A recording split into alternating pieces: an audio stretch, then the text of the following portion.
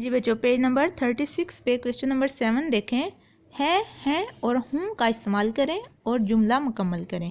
इनमें से आपने देखना है और हूँ में से कौन सा लफ्ज़ किस खाली जगह में लगेगा।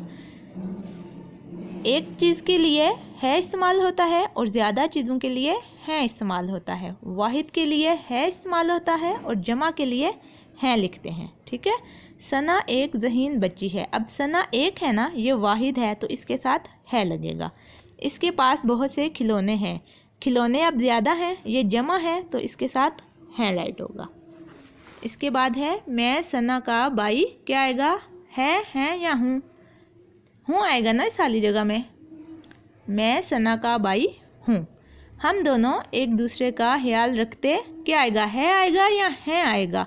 अब ये दो हैं तो दो के लिए मैंने आपको क्या बताया, जमा के लिए हमेशा है इस्तेमाल होता है। एक चीज़ के लिए, वाहिद के लिए है इस्तेमाल करते हैं, दो चीज़ या जमा के लिए है इस्तेमाल करते हैं। अब यहाँ पे हम दोनों एक दूसरे का ख्याल रखते हैं तो ये दो है ना, तो दो के लिए यहाँ पे है राइट होगा।